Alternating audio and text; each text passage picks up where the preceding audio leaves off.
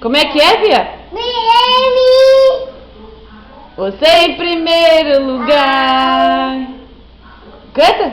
Tupi. Canta.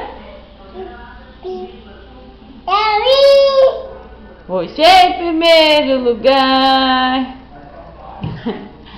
Como é que é, Bia?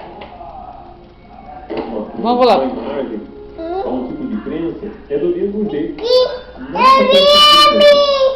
Nada faz sentido. Mas o que faz sentido é o Deus vivo na nossa vida. Como é que é? É o Deus vivo na nossa vida. Tupi. Agora é interessante, né? Porque, de repente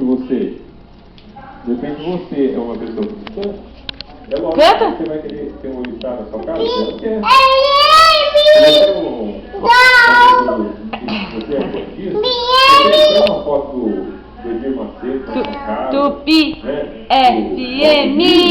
Você em primeiro lugar. Canta. Deus, você não quer a foto do pai. Canta. Que aqui as coisas acontecem. Tupi. Agora, a impressão Tupi. que dá é que todo mundo acha isso e que isso é normal, né? Que seria assim.